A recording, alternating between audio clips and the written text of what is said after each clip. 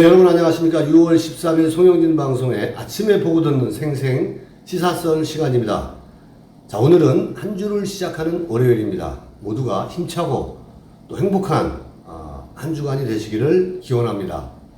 본방 시작 전에 아직 송영진 방송 구독, 좋아요 안 하신 분들은 지금 구독, 좋아요, 알람 설정까지 해주시면 너무 좋겠습니다. 저에게는 큰 힘이 되고 저는 좋은 방송으로 거듭나도록 하겠습니다. 자, 오늘 첫 번째로 준비한 소식은 영화관에 간 대통령. 자, 윤석열 대통령 부부가 배우 송강호가 한국 배우로는 최초로 칸 영화제 남우주연상을 받은 영화 브로커를 관람했다는 소식입니다. 영화를 보고 난 후 기자들에게 소감을 밝혔는데 여러분 한번 전해드리도록 하겠습니다. 칸에서 상을 받은 영화라서가 아니라 정말 이 생명의 소중함과 생명을 지키는 일은 우리 사회 구성원 모두가 함께 해야 된다는 그러한 좋은 메시지를 담은 그러한 메시지를 주는 영화라고 생각합니다. 이러한 메시지를 남겼습니다. 그리고 송강호에게도 극찬에 이제 송강호가 칸 그 영화제에서 남우주연상을 최초로 받았지 않습니까? 이제 그 당시에 송강호에게도 극찬의 메시지를 보냈다는 내용이 알려지고 있습니다. 자, 여러분, 대통령이 영화관에 간 까닭이 무엇일까요? 이 영화관 정치, 박근혜 대통령 때도 여러분 기억하실 것입니다. 국제시장이라든가 뭐 이런 영화 관람을 하는 모습을 봤을 겁니다. 자, 대통령이 영화관에 가는 이유는 이 정치적 그 메시지가 아마 있을 겁니다. 근데 윤석열 그 정부가 이 대통령이 영화관에 간 까닭은 아마 소통일 것입니다. 윤석열이가 가장 주장한 것들이 이런 소통이지 않았습니까? 그 소통 때문에 청와대에 들어가지 않고 용산 집무실 이렇게 오지 않았습니까? 자, 대통령실 관계자는 이 내용에 대해서 어떻게 얘기하냐면 한국 영화계의 명성을 알린 작품인 만큼 시민들과 함께 관람하기 위해서 갔다. 뭐 이렇게 얘기를 하고 있습니다. 실제적으로 윤석열 대통령은 뭐 영화 관람뿐만이 아니고 그다음에 광장시장의 어떤 부부가 함께하는 쇼핑이라든가 그리고 매일 아침 출근할 때마다 하는 이 도어 스태핑, 시민들과 스킨십 확대를 해서 소탈한 이미지를 부각시키려는 어떤 정치적인 그런 행보가 아닐까 생각을 합니다. 그리고 이제 본인 역시도 영화를 보고 난 후에 특별한 이유는 없다. 그냥 시민들과 늘 함께 어울려서 시간이 나는 대로 늘 함께 어울려서 대통령으로서가 아니라 자신도 한 시민의 모습을 저도 가져야 되지 않냐. 뭐 이러한 내용을 얘기를 했습니다. 자, 여러분은 어떻게 생각하십니까? 자, 두 번째 소식 전해드리겠습니다. 박지원 하루 만에 사과. 자, 박지원에 대한 이 국정원장 입의 가벼움, 나발통 이 얘기는 제가 전해드렸습니다만은 자, 박지원 전 국정원장이 끝내 사과를 했다는 소식 다시 한번 전해드리겠습니다. 자, 발단은 앞서 말씀드렸습니다만은 박 전 원장이 SNS X파일에 언급해 논란과 이게 후폭풍이 일자 자신의 발언이 부적절했다는 판단 아래 하루 만에 사과의 입장문을 냈습니다. 자, 뭐라고 얘기했습니까? 국정원 내 자료가 경쟁으로 이용돼서는 안 된다는 소신을 자신은 얘기하려고 했다.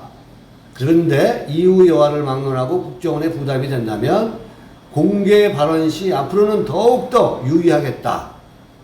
자, 그 다음에 박 전 원장은 하의원, 하태경 의원에 관한 발언도 자기가 사생활에 관한 언급이 아니다. 이렇게 해명을 했습니다. 자, 여러분. 국가기관에 그 명명백백 같은 이 덕목이 요구되는 기관이 분명히 있기는 합니다.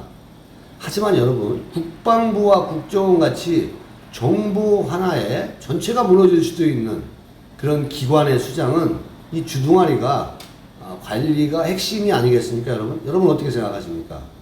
사실 그 문재인 정부의 모든 인사는 실패한 그 인사 아니었습니까? 37명인가가 국회 임명 동의안을 거치지 않고 셀프 임명을 하지 않았습니까? 그런데 이제 그 중에서도 가장 그 문재인 정부의 큰 인사 실패는 아마 조국, 뭐 추미애, 뭐 우파, 보수 우파로서는 아마 뭐 좋았을 수도 있습니다. 그들이, 뭐 혁혁한 역할을 해서 보수가 권력을 가져오는 역할도 사실 하지 않았습니까? 어쨌든 간에 그들도 트러블 메이커 같은데, 아무튼, 그 다음에 인사 실패는 아마 박지원이 아닌가 저는 그렇게 생각을 합니다.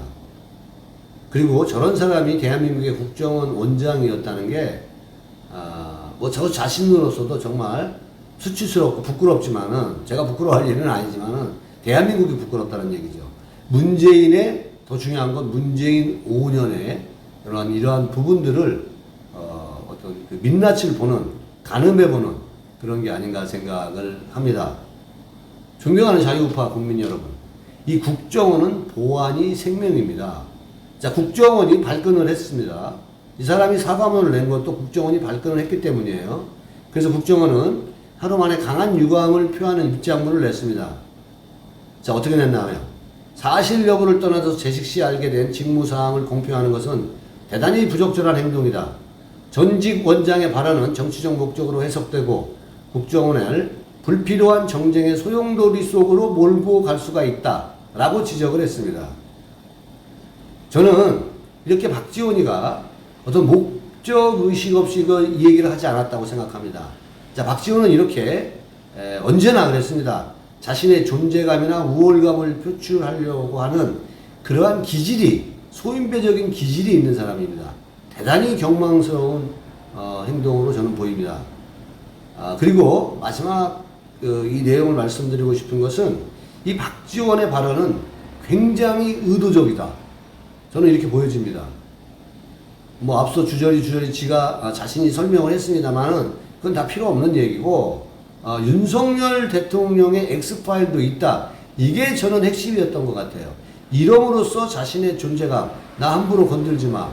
그리고 나머지도 마찬가지고, 여기에 뭐 이게 알려지면 많은 정치인들이 이혼할 수 있다. 뭐 이런 식으로 지금 얘기하는 부분들은 자신의 존재감을 드러내기 위한 것이 아닌가, 저는 이렇게 추태로 보여집니다. 자, 세 번째 얘기는 성남시 얘기 전해드리겠습니다. 혹시 여러분 김경률 회계사를 아십니까? 이제 조국 흑서도 냈고 대장동 저격수로도 활약을 하면서 목소리를 낸 바가 있습니다.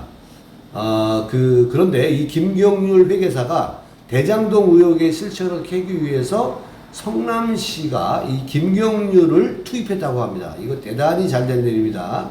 자, 이 김경률 씨는 그동안 글과 말로 세미나 등에서 이렇게 알렸었는데, 대장동 게이트에 대해서. 그러나 이제는 말과 글이 아니라 실전에 투입됐다는 소식입니다. 자, 성남시정에 대한 위원회가 열리는데, 설립이 되는데, 오늘 10시에 출발을 한다고 합니다.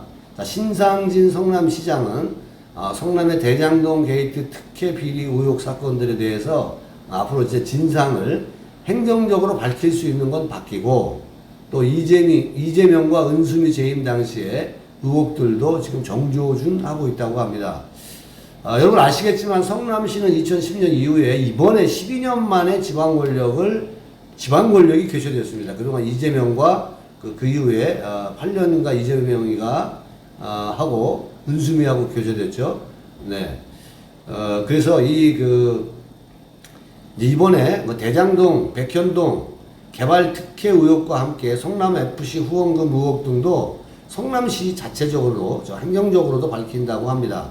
자, 이렇게 되면 경찰, 검찰, 행정 권력 등이 총체적인 조사가 진행될 듯 합니다. 여러분 지켜보면 되겠죠. 우리는 여러분 지켜보겠습니다. 자, 네 번째 소식은 북한이 12일 오전 서해상으로 또 방사포 여러 발을 발사 사격했다고 합니다. 윤석열 정부 들어서 네 번째 도발입니다. 북한이 12일 오전 서해상으로 방사포로 추정되는 발사체를 여러 번 사격했다는 소식입니다. 이게 합동참모부 발표에 의하면은 우리 군은 12월 8일 오전 8시 7분쯤부터 11시 3분까지 북한의 방사포로 추정되는 수개 항적을 포착했다고 합니다. 자, 이날 북한의 사격은 윤석열 정부 들어 네 번째 도발이고, 지난 5일날 단거리 탄도미사일, 단거리 탄도미사일이죠. 단거리가 아니고 단거리 탄도미사일, 우리가 이제 SLBM이라고 하는데, 이 추정 미사일을 8발을 무더기로 발사하지 않았습니까? 발사한 지 일주일 만에, 자, 한미일 이 세 3국이 지금 그 국방부 장관이 싱가포르에서 아시아 안보 회의가 열리고 있습니다. 샹글리라 대화라고 하는데, 이 3국 미사일 경보 훈련이 이 탄도미사일 탐지 추적 훈련을 재개하기로 이제 합의한 날, 공교롭게 이 사람들이 또 도발을 한 겁니다. 자, 이날 북한이 사격한 발사체는 저강도인 재래식 방사포다, 이렇게 지금 합동참모부가 얘기를 했었죠. 자, 재래식 방사포는 한국과 미국이 사실상 SLBM으로 분류하는 초대형 방사포보다는 비행거리가 짧고 또 고도도 낮아서 국방부가 따로 발표하지는 않았다고 합니다. 그래서 저도 이 내용에 대한 것은 북한의 도발 외에는 더 이상 논평하지 않고 마지막 소식 전해드리겠습니다. 자, 5번째 준비한 마지막 소식은 정말로 이준석의 마지막을 기원하면서 여러분께 전해드립니다. 이준석이 빨리 끝냈으면 좋겠습니다. 아직도 1년이 남았다고 하는데 깝깝합니다. 이준석 국민의힘 대표가 12일 취임 1주년을 맞아서 자신이 지난 1년 동안 자신에게 주어진 역할은 이미 성공적으로 다 마쳤다. 앞으로 제대로 이제는 자기 정치를 하겠다고 이게 선언을 했습니다. 대표직 임기 전반부를 성공적이라고 자평하면서 대통령 선거와 지방선거 연석을 동력 삼아서 이준석표 개혁에 박차를 가한다고 선언을 했습니다. 예고를 한 셈이죠. 그리고 이날 그 국회에서 열린 기자간담회에서 자기 정치를 무려 10여 차례나 강조했다고 합니다. 앞으로 이준석이는 제가 옳다고 하는 생각과 제가 옳다고 생각하는 정치, 그리고 정책과 당을 만들기 위해서 의견을 더 많이 투영시키겠다. 대신 그 과정은 민주적으로 할 것이다. 그리고 또 제 의견의 색채는 더 강해질 거다. 이렇게 얘기를 했습니다. 무섭네요. 그리고 또 이러한 것도 또 얘기를 했습니다. 따스한 아이스 아메리카노 같은 얘기. 따뜻한 아이스 아메리카노? 어쨌든 간에 따뜻한 아이스 아메리카노 같은 그러한 주문은 제발 하지 마라. 이제 그만했으면 좋겠다. 그러니까 이게 무슨 얘기냐면, 당 안팎의 조언과 비판 듣지 않겠다. 한 번에 일축한 거죠. 자, 여러분, 국민의힘당의 이준석을 어떻게 생각하십니까? 오늘 송영진 방송에서 준비한 소식은 여기까지입니다. 여러분, 내일 아침에 다시 뵙겠습니다. 감사합니다.